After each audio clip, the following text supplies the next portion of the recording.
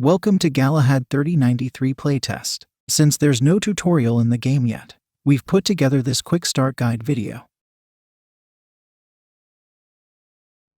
There are 4 classes of lance from light to super heavy. The light lance is very mobile, but can't really take a punch. The medium class is nicely balanced. The heavy packs the most armor and the heaviest weapons. Finally, the super heavy sacrifices some armor and a lot of mobility for double the primary weapons. The hero shooter aspect of the game is represented by the knights who pilot the lance. Each knight brings an active and passive ability to your build.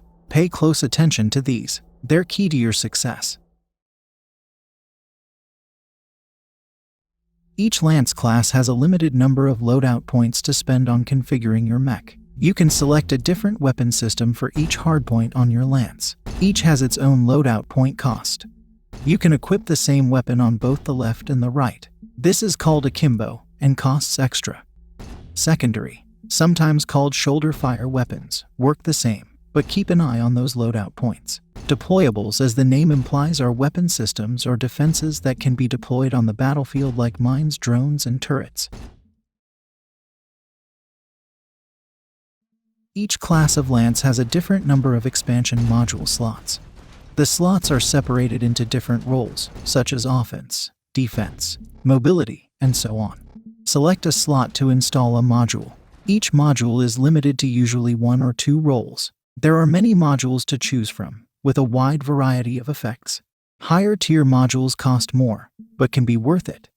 Keep an eye out for effective combinations, and remember, you won't really be able to tell how an opponent has tuned his lance on the battlefield. Weapons and deployables can each have one optional expansion module too. Keep in mind, everything costs loadout points.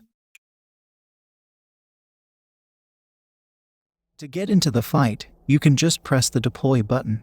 This will deploy your lance at the home spawn point for your team. If you want to be more specific about where you deploy, you can go to the spawn screen and look for friendly spawn points. They will be blue. Click on one and you can deploy there. It's a good idea to capture these spawn points in the game. This gives you more respawn options for your team. Once deployed, use standard WASD to move around. And, of course, use the mouse to look where you want to go. The space bar will jump. Lances use their jump jets to help in jumping, so this might be higher than you expect. Know that some knight abilities and modules can influence jump capability, such as Nim's double jump. To move more quickly, hold down the shift key when you move. Now you're using your skim jets. There's a limited amount of skim fuel, but it will recharge over time once you stop using it. To get someplace really fast or high, you'll want to use your jump jet with the E key. While rocketing through the air, you only have limited control over your directional trajectory. For more control in the air, consider the jump jet maneuverability modules, which add air braking, variable jump, and more turning control. Keep in mind you have to wait for your jump jet fuel to recharge fully before you can activate it again. You can play Galahad from first or third person. The X key goes back and forth. You can also use the mouse wheel. A turbo pad will let you go really fast for a period of time. It also recharges all your skim and jet fuel. Teleport from one place to another on a teleport pad. These pads only work if you control the base where they're located.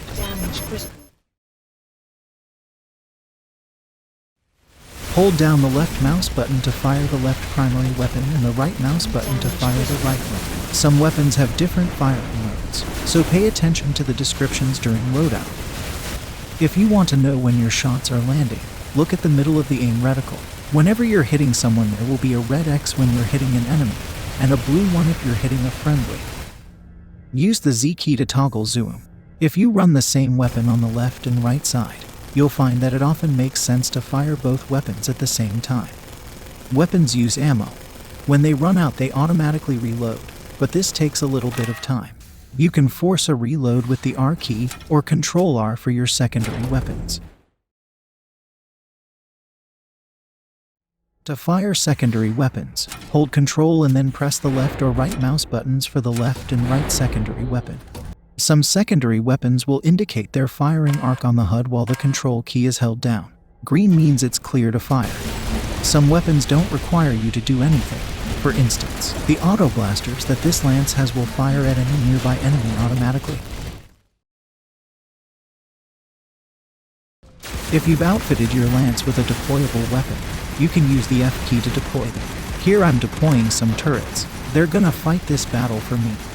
And here an enemy is deploying shield walls. They block incoming fire and you can't move through them. Great for control. There are different damage types. Kinetic does better against armor, while energy does better against shields, and explosive damage is good against strategic structures. For example, if we're going to be taking out a generator, we should use a secondary weapon that has explosive damage. It'll take that generator right out. For defense, you have both shields and armor. Shields deplete first, but recharge when you're not in combat. Once your shields are down, you take damage to your armor. This does not repair on its own. You can repair a teammate's armor damage by getting close and aiming at them. Also, find a repair pad at any base your team controls and repair your own armor. There are many mods that can be used to buff your shields and armor in combat. Some weapon mods can cause shredding of shield and armor. Shredded shields appear red on your display and will recharge much slower than normal. Shredded armor cannot be repaired by teammates at all, and requires a visit to a friendly repair pad, though some mods can affect this too. Knight abilities are key to effective gameplay. Here the Knight K is using his Afterburn ability to ignite a fuel trail. Press Q to activate your Knight's active ability.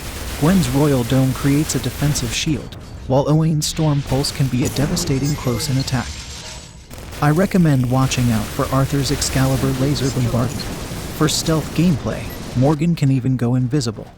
And I haven't even touched on any of the Knight's passive abilities. After you use an active ability, it goes on cooldown. You won't be able to use it again until it has recharged.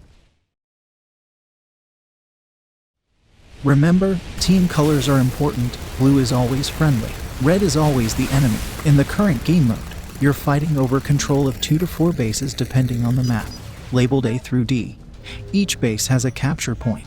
Stand near it to effect a capture. Note the icons. Red is the enemy influence on the capture and blue is friendly. If there's more blue than red, you'll start to capture for your team. Capturing bases is vital to winning a match. Gwen acts as 2 for capture. This does not stack. Once we successfully capture this base, all of its base utilities become available to our team. The 4 generators instantly repair to defend the base. This also includes the turrets, repair, teleport, and turbo pads. Each base has 4 generators. A generator acts as a lance for the purpose of capture at that base. Destroy enemy base generators to more easily capture a base. You can repair friendly generators in order to help defend your base from capture.